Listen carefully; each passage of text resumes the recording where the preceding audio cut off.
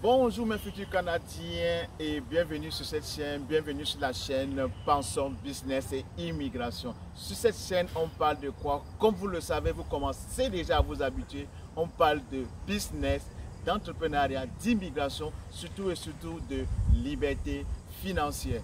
Aujourd'hui, je vais faire une vidéo spécialement pour toi qui en ce moment est déjà sur le point de voyager, d'immigrer, de venir au Canada, peut-être pour les études. Parce qu'en ce moment, aujourd'hui où je tourne cette vidéo, ça serait la période pré-rentrée scolaire. Nous recevons déjà beaucoup d'étudiants internationaux ici au Canada et plus précisément à Montréal. Et moi, personnellement, j'attends 2 étudiants internationaux, un qui viendra de la France et l'autre qui viendra de l'Afrique. Donc, j'ai pensé à vous comme d'habitude, j'ai pensé que vu que vous êtes dans la mouvance des préparatifs pour le voyage, il me fallait te donner à toi futurs Canadiens, toi qui es sur le point de prendre le vol, il me fallait te donner 3 bons conseils à suivre qui parfois peut être vu comme des erreurs à ne pas commettre. Les conseils que je vais te donner, ce sont des choses que tu dois appliquer avant de voyager si tu as encore quelques semaines devant toi. Donc si tu es dans cette situation, si tu as reçu ton visa étudiant et que tu es sur le point de voyager dans les prochaines semaines, reste scotché jusqu'à la fin de la vidéo car les conseils que je te donnerai pourront beaucoup t'aider. Reste scotché jusqu'à la fin de la vidéo et on va se retrouver comme d'habitude après le jingle. Stay tuned!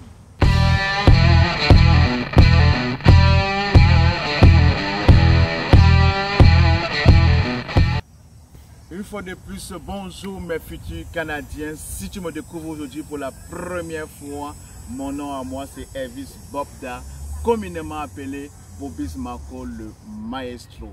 Donc, je n'ai jamais fait part de mon histoire d'immigrant. J'ai vécu au Canada depuis plus d'une dizaine d'années et j'ai immigré ici comme travailleur qualifié, mais comme immigrant reçu. Et en ce moment, je suis citoyen canadien depuis plus de 5 ans. Donc, ce qui fait que moi, j'ai beaucoup de conseils à te prodiguer sur cette scène. Donc, avant qu'on avance, avant d'entrer dans le vif du sujet, comme d'habitude, je te demanderai de me faire de me donner 4 cadeaux gratuits. Il faut t'abonner, il faut liker, partager. Surtout, il faut cliquer sur la cloche de notification pour ne manquer aucune de nos nombreuses vidéos. Assez parlé, on commence tout de suite avec les 3 conseils que je vais te donner sont: il faut que tu fasses ton permis de conduire, il va falloir que tu apprennes un petit métier et enfin, il ne faudrait pas que tu fasses une promesse soit à ta copine ou à ton petit ami. Donc, tout de suite, pour le premier conseil, c'est de faire son permis de conduire. Pourquoi est-ce il est important pour toi, futur Canadien, de faire ton permis de conduire avant de voyager? Pour 2 principales raisons. La première raison, c'est d'abord parce que au Canada, les coûts de conduite sont excessivement chers. Donc, ça va te faire perdre non seulement en argent, non seulement c'est cher, mais également en temps. Pourquoi? Parce que si tu viens ici au Canada sans avoir de permis de conduire, ça te prendra 2 bonnes années pour avoir ton permis, ce qui s'appelle le permis apprenti. Donc, tu conviens avec moi que c'est très important pour toi, avant d'immigrer, de faire ton permis depuis ton pays d'origine. Et une fois sur place, si tu t'étais pris à temps et que tu as l'expérience dans la conduite, habituellement, il demande d'avoir une expérience minimum de 48 mois. Mais alors, quand tu viens comme étudiant, je pense qu'avec ton permis de conduire de ton pays d'origine, tu peux conduire pendant 6 mois. Donc, la première raison pour laquelle il te faut faire ton permis de conduire, c'est parce qu'il faut que tu gagnes en temps et en argent. Pour la deuxième raison, c'est parce que en tant que nouvel immigrant sur le sol canadien, il existe beaucoup de boulots qui sont conditionnés avec un permis de conduire valide. Cela veut dire quoi? Cela veut dire que quand tu vas arriver sur le sol et que tu vas vouloir décrocher ton premier emploi versus quelqu'un qui n'a pas son permis de conduire et toi qui as déjà ton permis de conduire, tu vas très avantagé parce que par rapport à tes concurrents. Donc tu comprends donc que c'est très capital pour toi, si tu as encore un peu de temps devant toi, de faire ton permis de conduire avant de fleurer le sol canadien. Pour la deuxième raison, comme je l'ai dit, c'est apprendre les petits métiers. Qu'est-ce que j'entends par petit métier? Je parle de la coiffure, de la couture, peut-être pour la coiffure, couture, pour les femmes, la manicure, la pédicure, et aussi pour les hommes, apprendre un peu à faire de petits bricolages. Pourquoi? Parce que ici au Canada, je veux parler spécifiquement de la coiffure. Les coiffures femmes coûtent un bras. Pour une simple coiffure, ce que vous appelez les passe-mèches, tenez-vous tranquille. Si vous allez dans un salon de coiffure, ça vous prendra minimum entre 100 et 150 $. Donc, vous me faites la conversion en francs CFA, vous verrez que ça coûte facilement un bras. Donc, si tu émigres ici au Canada et que tu as appris la plupart du temps ces petits métiers, en l'occurrence la coiffure, non seulement tu pourras être capable de te coiffer si tu as de l'expérience, mais aussi tu pourras faire de ça comme un business.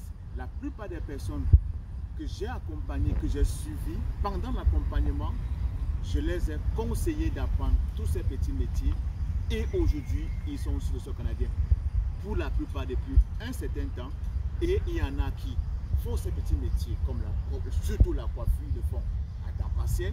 Il y en a qui carrément le font à temps plein sous forme de business, et tenez-vous tranquille, c'est vraiment rentable. Donc, si tu es en train de vouloir voyager et que tu as devant toi quelques semaines, apprends parmi ces 4 petits métiers dont je viens de citer. Si tu n'as pas bien suivi, je parle de la coiffure, je parle de la couture. La couture, pourquoi? Parce que la plupart des temps, nous ici, quand nos vêtements sont déchirés ou bien qu'il y a des petits trous, on préfère les jeter parce que ça ne donne rien d'aller les faire réparer. Ici, ils appellent les spécialistes en altération. On préfère plutôt jeter. Mais si tu viens, tu te positionnes dans cette niche pour faire des altérations, pour faire des réparations, tiens-toi tranquille mon ami, tu vas te faire beaucoup d'argent. Pour la simple exemple, pour changer ce qu'ils appellent le zipper. Donc, par exemple, quand vous mettez votre pantalon et que le et que la fermeture a sauté, pour juste changer une fermeture, c'est 10 $. Tenez-vous tranquille, c'est 10 $. Vous faites le calcul. Si par jour, si ça fait seulement 5 ou 10, changer 5 ou 10 fermetures, vous comprenez à moi que c'est de l'argent, mon ami. C'est de l'argent. Donc, coiffure, couture, manicure, pédicure, et tenez-vous tranquille. Pour un départ, quand vous allez vous faire un nom, vous serez obligé d'embaucher parce que la demande sera, vous aurez beaucoup de clientèle. Donc, deuxième raison, le deuxième conseil, apprends un petit métier. Pour le troisième conseil, et c'est l'erreur, c'est même pas un conseil, et je vois ça sur comme si c'était une erreur que beaucoup de personnes qui veulent voyager commettent. L'effet que, je sais qu'en ce moment, tu vis dans ton pays, tu as ton visa, c'est sûr, si tu es pour la femme, tu dois avoir un petit ami, pour l'homme, tu dois avoir une petite copine, mais ne fais pas l'erreur, mon ami, de leur promettre quoi que ce soit. Vous me comprenez très bien. Ne fais pas l'erreur de leur promettre quoi que ce soit. Parce qu'avant de prendre le vol, beaucoup font cette erreur. Ils promettent voyager et revenir chercher leur femme. Non, ne fais pas cette erreur, mon ami.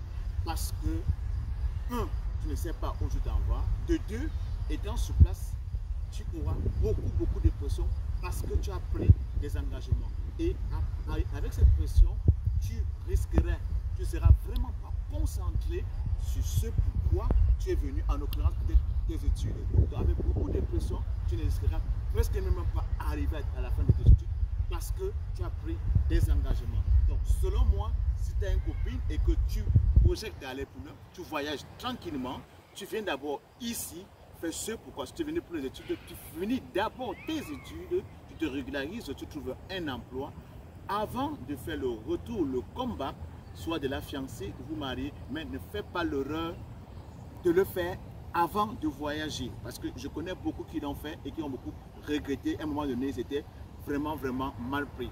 Et aussi, n'ayant pas fait d'engagement, n'ayant pas fait des promesses, étant sur place, vu que tu es libre, tu n'as aucun engagement, tu n'es lié nulle part, s'il arrive, tu as fait tes études, tu as trouvé ton emploi et que tu sens le besoin de te mettre en couple, sur place, tu pourras trouver ton âme sœur. Donc j'espère que ces 3 conseils vont vraiment t'aider, mon futur Canadien. Et comme d'habitude, pour me remercier en retour, n'oublie pas de t'abonner, de liker, de partager, surtout de cliquer sur la cloche de notification parce que de plus en plus, il y aura du lourd en ce qui concerne l'immigration à venir. Donc, si cette thématique t'a plu, laisse-les-moi en commentaire. Et si tu as quelque chose à savoir, comme par exemple les documents, qu'est-ce qu'il faut faire une fois arrivé au Canada, laisse-les-moi en commentaire et ça me fera plaisir de faire de cela l'objet d'une prochaine vidéo. Donc sur ce les amis, je vous souhaite, toi futur Canadien, toi futur étudiant international, un excellent voyage. Et surtout quand tu seras ici, n'hésite pas à me le faire savoir. On se retrouve après une nouvelle vidéo. Salut!